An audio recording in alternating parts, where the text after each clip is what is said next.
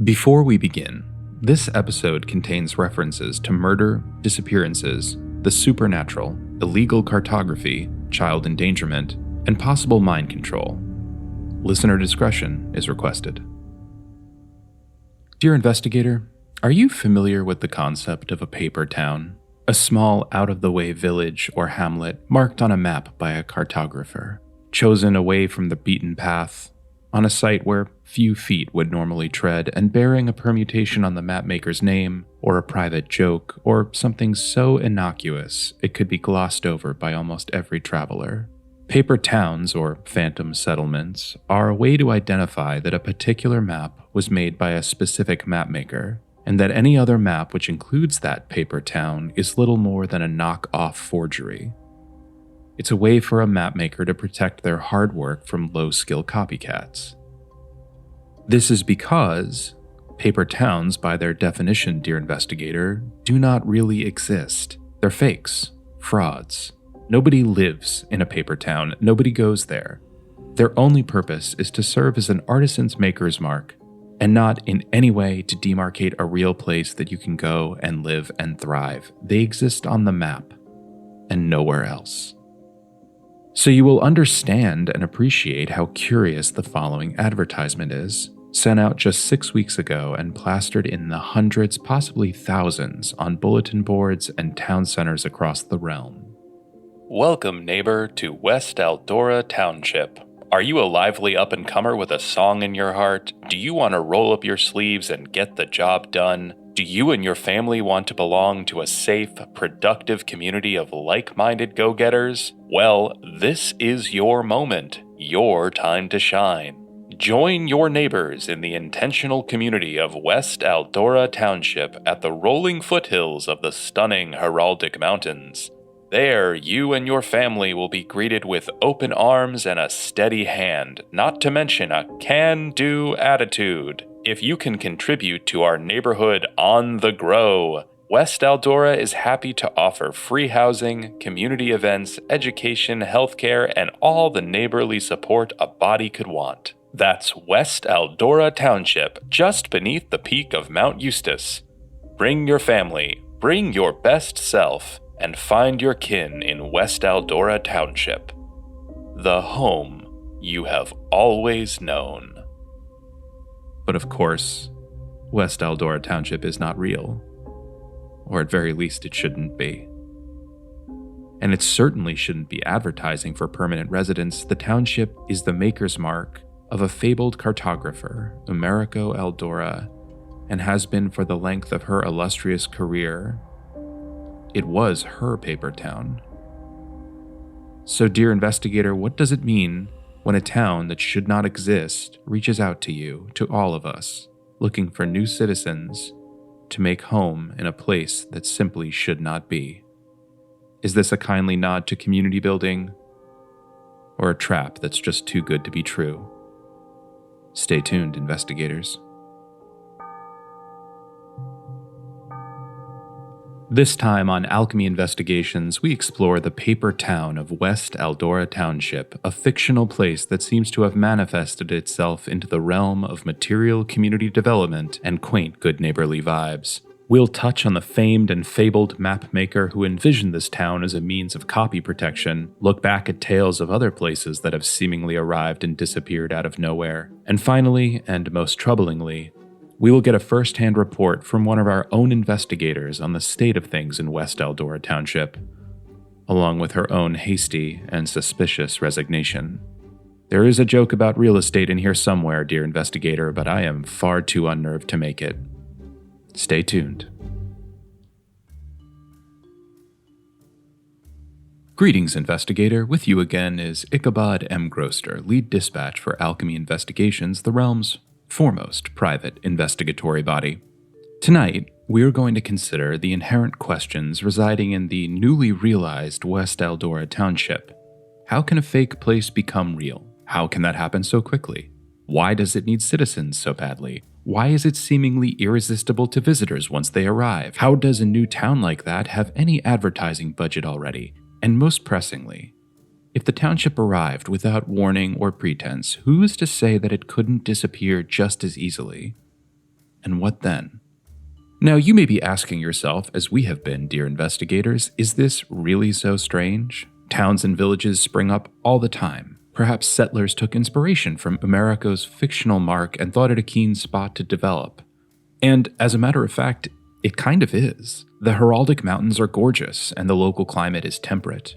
There is a water source nearby with the Alamuni Stream, and the ground itself is incredibly fertile, being the site of the Battle of Strathmore 2 generations ago, so the would-be farmland is rich in minerals and ripe for cultivation. Also, uniquely attractive to both grave robbers and necromancers, but that is a wholly different story. Even though things above ground seem great for colonization, beneath the surface lies a problem. And a well-documented problem at that, so well-documented in fact, that it creates a time frame for how and when West Aldora must have come into being. About a year ago, diviners from Vixland Isle noted an arcane instability growing near Mount Eustace. While West Aldora should not exist, the land where it is said to be, and thus the surrounding area, are governed by the Vixland Isle Regency, so they hold responsibility over the comings and goings, and in our case, the growing concern over magical emanations from the Heraldic Mountains and from Mount Eustace in particular. This took the form of groundquakes and frequent, sudden, and unpredictable storms, unconfirmed reports of disappearances, and alleged superfauna attacks. Fearing a growing calamity, Vixland Isle hired Gem Fallow and Associates, a private group of arcanists, geomancers, scientists, and explorers, to dig deep into the mountain range and uncover the cause of these unnatural occurrences. And dig they did. For a month, they set up camp and took readings. They caved, they spelunked, they prognosticated, and they reached out to their patrons and deities for guidance and support. And at the end of the survey, they released the following statement. To the Vixland Isle Regulatory Council on Superliminal Events, Landforms, and Terrestrial Appreciation. Following a thorough excavation and survey of the land grid near 413.221A, invoice enclosed, Gen Follow and Associates have deemed that a natural, transient ley line has formed beneath the southern portion of the mountain range. While dangerous, these invo-organic events will typically vacate on their own in the span of 12 to 16 months. Gem Follow and Associates offer the following proactive legislative and municipal steps to ensure limited loss of life and/or damage to property. 1. The east-west running road, denotated as Straup's Meander, should be closed until the ley line evolution process has run its course. 2. No structural development in said land grid, nor for a perimeter of 10,000 hectares, should be permitted, and periodic site checks should be made by a well-qualified industry professional such as Gem Follow and Associates or similar, to verify ley line evolution progress and ensure no unsanctioned nor unexpected developments or settlements have begun. 3. 18 months following the receipt of this report, an additional survey should be conducted to verify the ley line's decline and decommission. This survey should be made by well-qualified industry professionals such as Gem Follow and Associates or similar. Thank you for selecting Gem Follow and Associates for all your arcane terrestrial needs. Yours in service, Gem Follow. So, dear investigator, precipitated by a dangerous natural occurrence, this area had been effectively shut down. And what's more, it was monitored by Gem Follow's team periodically over the intervening months. The most recent report dates back 9 weeks, which is 3 weeks before the West Aldora Township adverts went out, and indicates that there were absolutely no structures on nor surrounding the site in question, and the surveyor, a Mr. Ham Williams, more on him in a bit, even went so far as to write specifically that the Vixland Isle enforcement of the designated exclusion zone had appeared to have been working quite well, as it was, in his words, a ghost town. So, not only is West Aldora Township a paper town, its apparent incorporation only had a brief window of maximum 3 weeks to take place. Otherwise, Ham and his fellow surveyors would have noticed something and reported it. Now, obviously, there are individuals of great talent who, with the flick of a wand or a riff of the panpipe, could evoke a town into being. It is completely reasonable that a powerful practitioner willed West Aldora into being in a short span of time between the surveys. But I ask you, dear investigator, if you had such immense power, are you really using it to develop affordable, intentional housing overnight? And if you are, there has to be more to it, right? Not to be so publicly a cynic, but I don't think people are going around wasting mana like this out of the goodness of their hearts. So we're posed the question. West Aldora sprang up overnight and began attracting would-be citizens from far and wide, families, largely. So is a powerful arcanist behind it hoping to play mayor in a new kind of community, or is nobody behind the wooden desk and the township itself is asking to be inhabited like a haunted house calling out for spirits? To glean more about West Aldora Township and its possible machinations, we should turn our attention to Americo Aldora, the mapmaker and namesake for our mystery. Perhaps in investigating her trajectory as a mystic and cartographer, we will be able to find purchase and guidance in the true north of this story. Many of you in the know have heard of Americo Aldora, the famed cartographer of Decaro, though it does go by other names in other tongues. But for those of you who do not follow in topographer circles and publications, these are the major bullet points. Americo was a child prodigy in both divination and the arts, showing unparalleled aptitude for map-making and being recruited many years ago, while still quite young, by her eventual mentor, Quint Mamaroneck of the Dover Pinion Cartographical Society, the realm's leader in high-quality maps and wayfinding aids. Americo worked under Quint for decade upon decade, creating some of the most detailed and exquisite artisanal maps of our time. Together, the two pioneered several unique disciplines, not the least of which being the now forbidden school of prophetic cartography, more on that in a bit. Eventually, Americo Aldora set out on her own, and in her time after leaving Dover Pinion, she produced a number of bespoke maps and cartographical artifacts for royals, armies, and governments.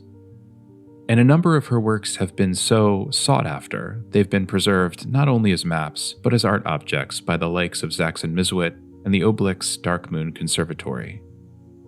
Long story short, Americo Aldora was a long-lived, very important mapmaker, and was until recently at the very top of her field. More on that in a bit too. Her particular maker's mark was always the inclusion of a marker for West Aldora Township just beneath the Heraldic Mountains in the shadow of Mount Eustis. This fake landmark was included on every single one of her realm maps, even her very first. When asked about it, and she was often, she would chuckle and say that there really wasn't a rhyme or reason to it. She just liked the mountain and thought that the name was innocuous enough to not really draw suspicion at first. West Aldora as a name is so bland as to be anesthetic, the kind of thing that people's eyes gloss over. It doesn't really disrupt the value of the map to the traveler, but proved to be a very helpful tool for both Aldora and Dover Pinion when less talented rivals copied their map designs without permission. Paper towns, or phantom settlements as they are called, are not supposed to be recognizable. They need to be somewhat invisible for the copyright trap to work. But as Americo became more and more famous, West Aldora took on a new kind of role, not something to be ignored, but coveted. Finding West Aldora on a map was a way to verify that it was of the highest of qualities. After all, Americo Aldora does not make a bad map. There are two major points I want to bring up about Americo's time as a prominent mapmaker. First, 10 years ago, after a hero's score of years with Dover Pinion, Americo unceremoniously left, following the death of her mentor. The public story was that given Quint Mamaroneck's departure from this mortal coil, Americo thought it time to move out on her own. But a year or so later, Quint's niece, Yvonne, had taken over the business, and it came out that Yvonne had tried and tried again to regain the services of Americo. In fact, it was Quint's dying wish that Americo inherit and take over operations at Dover Pinion. This was a lot to walk away from, and speculation as to why Americo would give up all of that to open up her small artisanal shop ran wild in those particular circles. When asked why she would defy her mentor's dying wish, she responded, "I will never forget Quint or my time at Dover Pinion, but it's come time for me to build a home and not live in someone else's." Which I think is personally pretty fair. The second point is about the home that she built. For legal reasons, I will emphasize that all of the following is hearsay, and whatever involvement Americo has had with prophetic maps is strictly speculative. But apparently, Americo Aldora's primary clientele at her new self-directed firm was a roster of governments, militaries, and regents. These organizations allegedly engaged her to develop maps of the realm as they might become should certain factors come into play. They would ask, for example, "Can you draw a map of our kingdom in 6 months' time should we invade our neighbors?" pre-manifestation maps. This sort of map making is expressly forbidden by treaties like the Heights-Newsom Convention and the Articles of the First Age Arcane Land Interpretation, but maps like this are made. It does happen. Prophetic maps can be artifacts of great power and therefore great danger, but they are also incredibly hard to produce as they rely almost exclusively on the singular talent of the cartographer, splitting their skills between arcane divination talents and high bardic draft work. And there are very, very few that are that talented. But a child prodigy who had outgrown their previous employer and then goes relatively dark for a number of years working on private, secretive projects, that's a recipe for a hidden map. Again, speculation. My apologies. So Americo, a famed map maker, walked away from a cartographical empire to allegedly produce off-the-record illegal maps that predicted dangerous futures. And her symbol, the fake town that she used to sign her work, mysteriously and without warning manifests itself into being exactly where she had always said it would. There is one more beat to this story, but before we can dig into it, I want to make a brief mention of another town that has come into being just as quickly as West Aldora. And for that, we need to go way back to a children's nursery rhyme, The Bard of Spire Island. I'm sure you've heard it. You know about the Bard of Spire Island, even if you don't know it by name. "Come, dear one, from the salt sea many a year ago. Be kind to the bards, for they sing to thee, bringing both hope and woe." That one? Most people know the opening lines for sure, but there's a lot more to it. And actually, a fair bit more about how it came to be. Spire Island was said to be off the south coast of Decaro, and most people see both the story and the island as apocryphal, but here we are. Ages ago, beyond ages actually, time immemorial, there was a section of the sea that we would now call the Decaro Shore Strait, which was, supposedly, a prime target for pirate ambushes.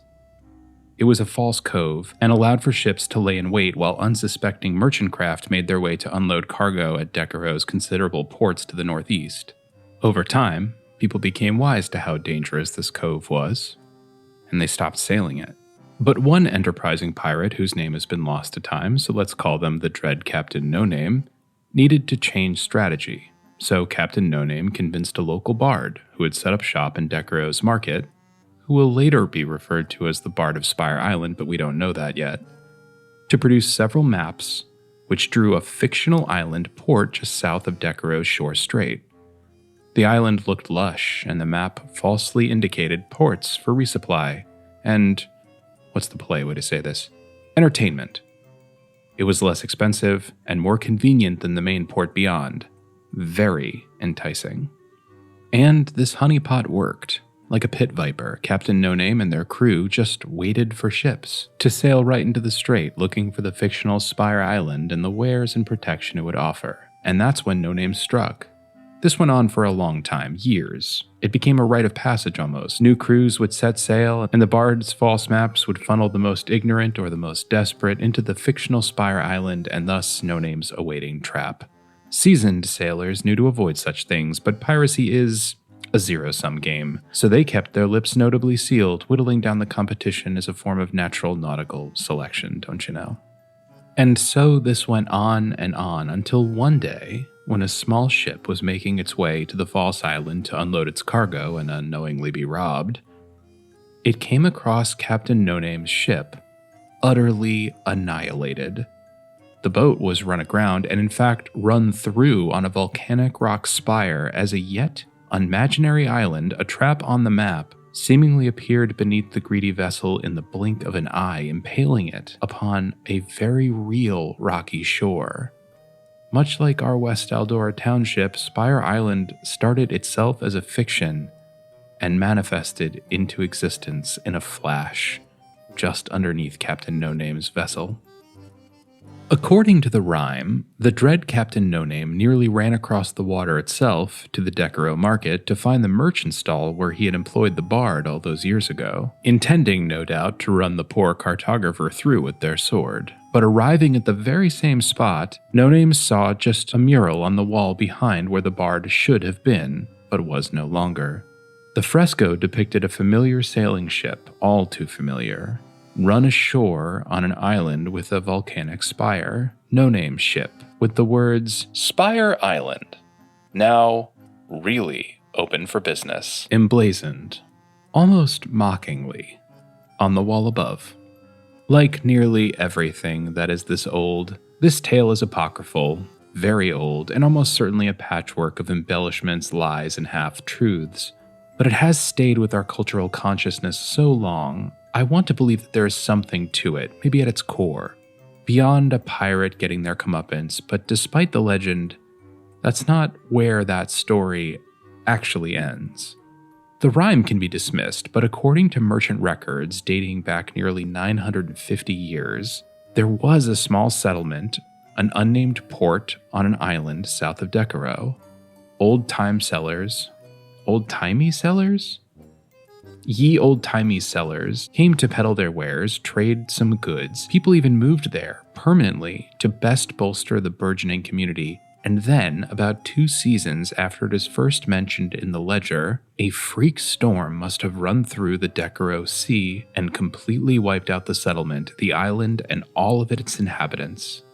It did not appear on merchant records again. It was just a blip. It's almost as if it was never really there to begin with. But then what about the records? And the impaled pirate ship? That's actually why the children's rhyme about this macabre tale ends with this stanza, A line in the sand cannot stand when the wind comes to gale. Trust your heart, not the map, when the thunder goes clap, and the island takes to sail. Why do children's rhymes always stem from a tragedy? Who's in charge of that? You start singing a tune and think, yes, this is pleasant and something I'll teach the youngsters. It's about some flowers or a nice cake, and then boop, nope, it's actually about necromancers. Sorry, tangent. Truth be told, I'm actually a little on edge with this mystery, because cards on the table, it hits reasonably close to home, and I'm actually deflecting. I'm working on that. There's something I should discuss here. Alchemy Investigations is largely a freelance organization of daring and clever investigators like you, but we do employ some full-time investigators on site. Typically, these inspectors will develop preliminary dossiers on specific rumors or phenomena by researching or visiting the site where they are supposed to have occurred. These reports will then turn into my dispatches, leaving the actual investigation and all the danger and glory therein to you. Investigator Evelyn Barrow, Evie, to us, is a hard-nosed, detail-oriented woman who I've had the pleasure of working with for 8 years. She's well-dressed, wears glasses, and is one of the best arcane forensic analysts we have. Evie was dispatched 2 weeks ago to West Aldora Township to report in on the nature of this dubious town, creating preliminary records which I was meant to pass on to you. These came in the form of communiques sent initially by her familiar, a bat named Buckle, but were soon thereafter sent via the mail system, which is apparently already operational in West Aldora, replete with postmaster and everything. The following are unedited excerpts from Evie's first-hand reports in West Aldora Township, or at least not edited by us. More on that, unfortunately, in a bit. 2. Dispatch Alchemy Investigations from Investigator Evelyn Barrow concerning the appearance of West Aldora Township. Communique 1 Findings. West Aldora Township is real. Actually real, dispatch. You have to make a day's trek from the main road across some grasslands, but when you crest that last hill, there sits West Aldora, quaint. Smoke's rising from brick chimneys and the smell of bakers and blacksmiths on the wind. I spent the night camped out at a distance and watched the comings and goings, but there was nothing conspicuous or out of the ordinary. In fact, the township seems to move like clockwork. An hour or so after sundown, most of the homes closed their shutters, and by the time it was fully dark, save for the waning moon, West Aldora Township was asleep. At first light, I'll make my way in and see what I can find. Despite the appearance of the town, I remain skeptical. A good trap is an appealing trap, so I'll keep my eyes open. Evie. To dispatch Alchemy Investigations from investigator Evelyn Barrow concerning the appearance of West Aldora Township. Communicate 2 findings. They gave me a house. Like a whole house? Just for me? I mean, I'm not keeping it. It's just to stay in until I, quote, decide to stay in the best township in the realm. It's too nice. It's nicer than my apartment in the city. When I crossed the threshold of the township, I was immediately greeted by the head of the township greeting committee, a woman called Julia Williams. She produced a gift basket of fine baked goods and cured meats and deftly began walking with me, or rather, guiding me loosely down the streets of West Aldora while giving me an informal tour. She pointed out the tavern and the school and asked a lot of questions about me and what I do and what brought me to West Aldora. I said I was a writer, which isn't totally untrue, and that I was doing a story on up-and-coming communities, which I think she accepted, or at least it looked like she did. Finally, she stopped at a small one-story cottage and handed me the keys. She said I could stay as long as I liked and told me to, when I had made my choice to stay or not, attend a township meeting so I could either give back the keys or announce my intention to stay. I noticed that there was a bright green banner over my new doorstep that read in the common tongue, "Friend of the Township." Looking down the street, I saw dozens of similar banners, but I also saw bright yellow ones that read, "The home we have always known." Pretty aggressive recruitment tactic. Give someone free housing in a friendly town that smells like currant scones and see who wants to leave. I don't know. More soon. Evie. Did you catch that, dear investigator? The name, Williams. It's not uncommon, but that was also the last name of one of the surveyors from Gem Follow's group. That's a fact that Evie could not have known, as we only got those records in recently. Additionally, and just a bit of context for those who do not know, West Aldora positions itself as an intentional community, which means that its residents are all trying to live in a way that promotes a certain goal or lifestyle. This can sound cultish, but it's more common and less inherently nefarious than you might think. Any neighborhood association is trying to employ intentional tactics. Anytime neighbors get together and pass rules that elect to be this over that, that's intentional. But also, every cult that owns land together is by definition an intentional community, so a community does not necessarily produce a cult, but every cult is a community. You might appreciate why Evelyn would tread so lightly here. For those of you who have listened to our episode on the Ornamental Order, Evie worked extensively on that, so her hackles may have already been raised. To dispatch Alchemy Investigations from investigator Evelyn Barrow concerning the appearance of West Aldora Township. Communicate 3 findings. I spend most of the day walking around, and there are 3 main facts about Aldora that I want to foreground for you. 1. Everyone here wants to stop and talk all the time and forever. They want to know about you, and they want to tell about themselves. They will always ask if you need anything and are absolutely eager to ask for small favors, even from a perfect stranger. On my way to get breakfast at the tavern, I was asked by a young man to help find his lost cat, which I did with ease because it was literally up a tree next to him. And I was asked by a school teacher if I could list my 3 favorite tomes for possible inclusion in her curriculum. I did. Gilded Barbs and Other Maladies by Thompson, This Connection of Everyone with Spells by Ryan, and The Burninated Peasant by Doherty, and she was on her way. For a city dweller, this place is a lot more social interaction than I was thinking it would be. 2. The kids here are odd. Like, very notably odd. All morning and into the afternoon, I was being followed by some child between the apparent ages of 6 to 13. Maybe some of the elves were older, but taking the law of averages into account, I don't know. They didn't speak to me, and they took turns doing this, like shifts, and once I got wise and looked twice at one, they would be replaced by another one. But I was always being watched by little children. Cute kids, but they're bad spies to a trained professional. If they do this tomorrow, I am absolutely going to mess with them. 3. There is an obvious structure to this place, Dispatch. People fall into 2 groups and are referred to as such. Neighbors are people who have committed to stay in West Aldora. They have a yellow banner over their homes, and they have jobs in the community that they take very, very seriously.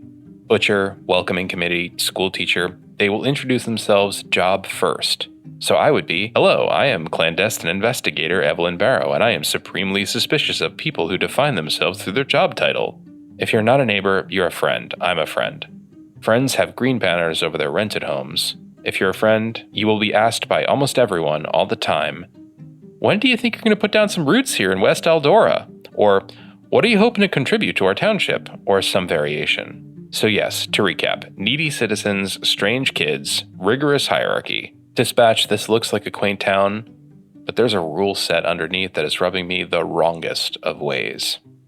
More soon, Evie. To Dispatch, Alchemy Investigations from Investigator Evelyn Barrow, care of the West Aldora Township Post. Concerning the appearance of West Aldora Township, communique 4 findings.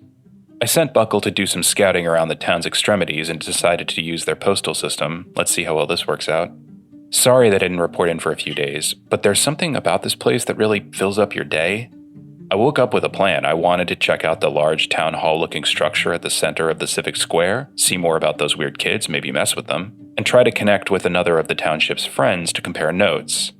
I noticed that the friends don't really carry themselves like the neighbors do, so I might be able to get some less biased answers from them. But the second I left my door, I was asked by the town's candlemaker to help him gather flowers from a nearby garden, and even though I had things to do, I guess I made the choice to help out. That took a few hours, and as I was about to leave, he gave me some candles for my trouble, which are burning very nicely, by the way, and asked me to go see his friend the butcher, and no sooner had he said that, did I find myself walking back into town and coming across a stout woman with a giant cleaver who mentioned that she needed help cutting fat back.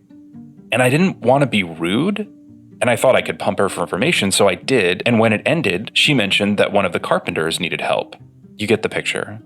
At the end of the day, I had helped a bunch of people. Honestly, it actually felt pretty nice being so useful, and to boot, I ended up with 6 candles, half a pound of sausage, a nice little birdhouse, and a scarf, which looks great on me. And just now, a thank you card came in from the tavern owner. I'm exhausted. This place is charming, but to be honest, I'm worried about being charmed. Tomorrow, I'm going to put my head down, ignore everyone, and go straight to the town meeting house. Evie. To Dispatch, Alchemy Investigations from Investigator Evelyn Barrow, care of the West Aldora Township Post, concerning the appearance of West Aldora Township, communique 5 findings. I couldn't get into the town hall meeting house. Apparently, it's only open for township meetings, and those are signaled by a big chiming bell, so I guess I'm gonna have to wait until that happens, and then I'm definitely gonna go. Apparently, according to one of the friends here, when you go, the townsfolk ask you if you want to stay in the township or leave it. You have to make a decision right there. I guess they want to give the house to another potential citizen, potential neighbor, especially if you're not going to commit. And that's where the letter ends, dear investigator. You heard it, right? You noted, as we all did, that it didn't end with Evie as the sign-off. In fact, the letter ends exactly where the page ends, like maybe there was more to it, subsequent pages that were excluded, or omitted, or censored. And then we come to the big one. To Dispatch, Alchemy Investigations from Investigator Evelyn Barrow, care of the West Aldora Township Post, concerning the appearance of West Aldora Township, communique 8 findings. Sorry to not write for a few days, Ichabod. I'm just enamored with this place. When the town hall bell chimes again, I'm going to march down there with all the purposeful steps I can take and make myself known. I think I will become a librarian, or maybe a florist, because, Ichabod, I have been able to grow the most surprising and beguiling daffodils here. Wish me luck. Evie. Every week, a word is selected for all Alchemy Investigation staff. This is a word that we can use with one another to describe distress and do so in a way that won't alert suspicion to an outside party. It's always an innocuous word that you can use without raising any red flags. The word that week was daffodil. When we received this communication from the West Aldora post office, we immediately began to put together an extraction team of investigators to go to West Aldora and assist Evie. But before they could leave, mere hours after we received this letter from the post, a courier arrived with the following. To whom it may concern, I hereby resign my position at Alchemy Investigations effective immediately. Yours professionally, Librarian Evelyn Barrow, West Aldora Township. Dear investigator, I am all for employment mobility. I'm also of the opinion that you can make big departures on short notice. However, that just isn't the kind of person that Evelyn is. I'm looking through the bullpen right now at her desk. There's a pile of scrolls and personal pictures. Her desk mate is still watching her cat Boots for her. I don't think that there's an impromptu career change here. I think it's something else. That resignation came just a few days ago, and that is part of the reason we developed this episode and developed it so quickly, and why we're reaching out to you and to our wide range of investigators. Obviously, if something dangerous is happening in West Aldora, we want to be able to stop it and save as many people as we can, getting to the bottom of that mystery, but we also want to confirm the safety of our colleague, Evelyn Barrow. And if that wasn't enough, and it is, but just in case, just this morning, as I was preparing my notes for this episode, a letter came through the West Aldora Post once more, this time from a small boy named Kevin. Dear Mr. Groster, my name is Kevin Eichselt and I'm 11 years old. I live in West Aldora Township with my mother and 2 brothers. I met your friend Evelyn Barrow last week and she told me about the exciting world of freelance mystery writing. I would very much like to know more about that, and you and your staff and what you do. I want to know how to solve mysteries, big ones, important ones. So my mom said I could invite whoever I wanted to West Aldora Township for my birthday, and I wanted to invite you, so now I'm writing you this letter to invite you. I want to learn more about the interesting things you do. Please come and visit me. In return, I can offer 2 very shiny rocks, the best scones in the world, 1 birthday cake, or at least a slice of it, and 1 of the daffodils that grows in my mother's garden. She won't mind if we only take 1. Sincerely, Kevin Eichselt. Oh boy. Dear investigator, this could all be coincidence. This could be marketing, this could be happenstance, this could be cosmic relief, but my intuition tells me that there's a bell chiming in West Aldora Township, and whether it's a countdown or a siren song, I'm genuinely not sure. What I am sure of is we need to get to the bottom of this phantom settlement before the last strike and toll. Some theories on that and more after our break.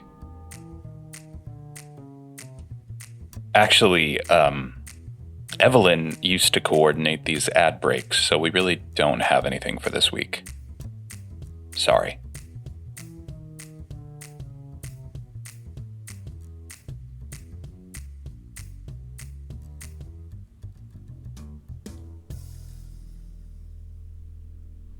Welcome back, dear investigator. With a pot of coffee and some scrolls of acumen at our disposal, the Alchemy Investigations staff have been putting together ideas and theories on what might be going on in West Aldora. These range from the mundane to the plausible to the unreasonable to the downright tinfoil helm, but we want to give everything a shot. Our frontrunners are the Irresistible, the Suburb, the Vampire Child Cabal Homeowners Association, and the Ritual. Up first, the Irresistible. Sometimes extraplanar or just plain powerful beings want to gather up mortals for some far-off purpose. In the same way that you might have collected toads at the creek when you were small, they too like to see us hop. Fae will do things like this from time to time, and it ranges from pranks to straight kidnapping. They will throw a ball or a cruise or something regal and enchanting, recruiting mortals to join in the fun and then vanish as quickly as they came. But the Fae usually bring a lot more whimsy to it. Nudity, bright colors, songs, wine, merriment. They generally tend away from neighborhood associations and rules for how tall your hedge can be. Still, stranger things have happened.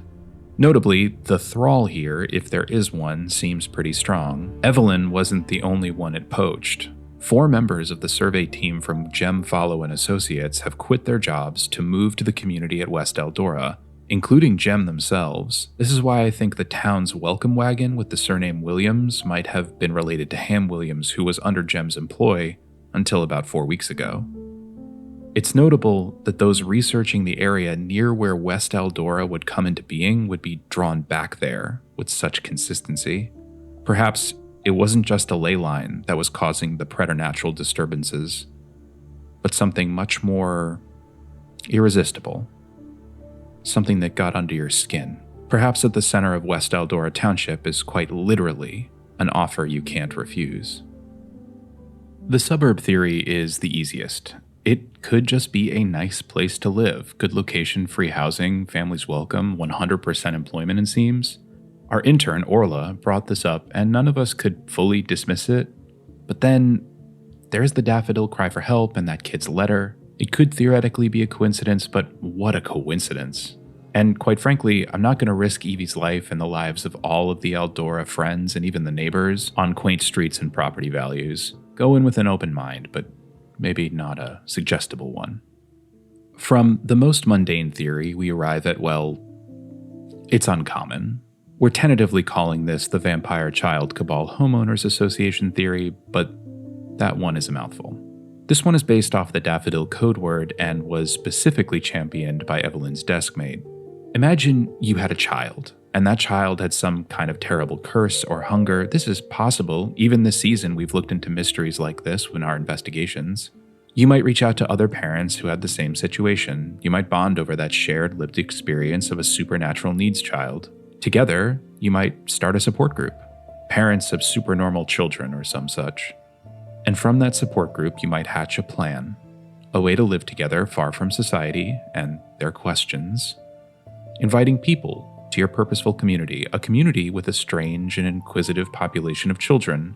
I don't know why I'm being so coy. If you had a child vampire, you would want to create a place where that child could live safely and be around other vampire children. As loving parents, you would want to invite people to your town to offer the best the world could give them in terms of healthcare and education and stability. You would furiously vet those people because you love your vampire child. And those that don't make the cut become food. I can appreciate how wild this sounds, and I want to dismiss it outright because I'm logical. But then I'm reminded of the Ulis River lycanthrope colony conspiracy and how those were-creatures were able to operate full-moon riverboat gambling tours with an astonishingly high passenger mortality rate for years before anyone caught on. Cultural cryptid conspiracies do happen, and I'm not in a place to rule anything out right now, especially with the goosebumps that little Kevin's letter gave me. Daffodil sounding much more like threat than warning. Finally, dear investigator, we come to the ritual, and this one is my personal frontrunner. It's a loose theory, basically stating that the township, or someone therein, needs a lot of people to gather, a lot of bodies, a lot of energy or spirit or whatever. So, they make a very attractive public offer to gather not just individuals but families. Not adventurers or heroes, but regular people. Families don't have the initiative that heroes often do.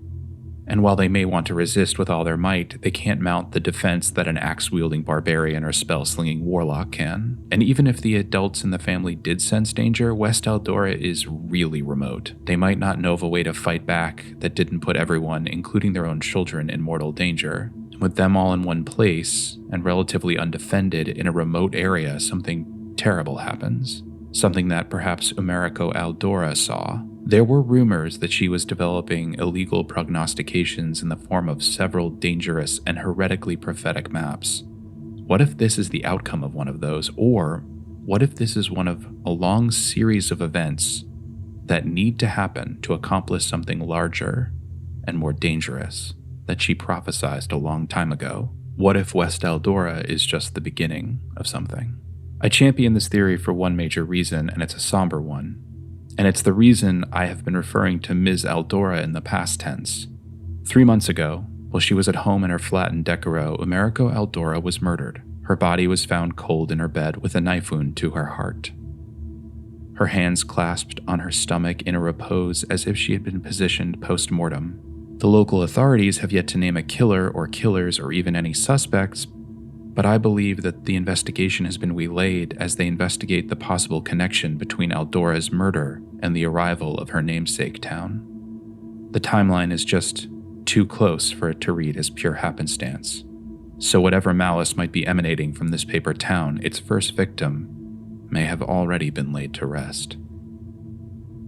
Dear investigator, we have a dead mapmaker, a magical disturbance, a township materialized out of the ether, a distress signal, and a letter from either a potential junior investigator or a very threatening child monster. In West Aldora Township, there is a growing number of people who have left their lives and potentially their senses to stake a claim in an until recently imaginary place. For the rest of us, we are left to wonder and hope. If it could arrive in the blink of an eye, could it not disappear just as quickly, and what happens then? So, dear investigator, if you find yourself near West Aldora Township and are willing to investigate a series of strange attractions, we would urge you to do so with your wits about you. West Aldora will most probably want to keep you there, and do everything reasonable to entice, perhaps even unreasonable.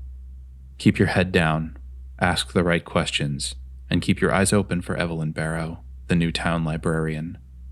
Be advised, she may be lost in the stacks of her own making, but she's still our friend. Go swiftly, tread carefully, and return your books on time. Thank you for listening to tonight's episode of Alchemy Investigations, where we have looked into the sudden appearance and strange circumstances of West Aldora Township, a thriving community that should not exist. We have discussed paper towns, our investigatory staff in peril, and a possible ritual just at its unforeseen culmination. For now, this has been Ichabod M. Grosser for Alchemy Investigations. Farewell, investigators, and beware.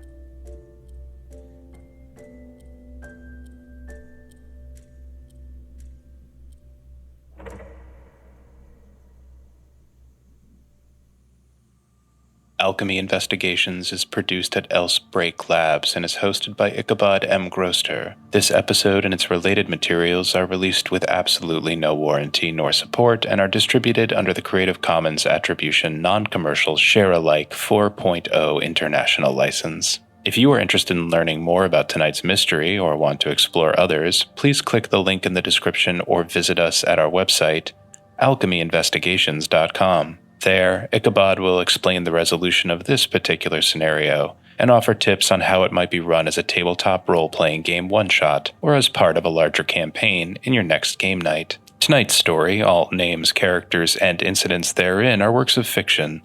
No identification with actual persons, living or deceased, places, structures, ideals, and/or products is intended, nor should be inferred. Alchemy Investigations is supremely thankful to our wide network of correspondents. Correspondents like Orla Hiddentail for their work on this season and notes on Suburban Thrall, and Amelia Manet for her tireless work in bardic archivism and arcane data analysis. And of course, thanks to you, dear investigators. Stay well and stay curious.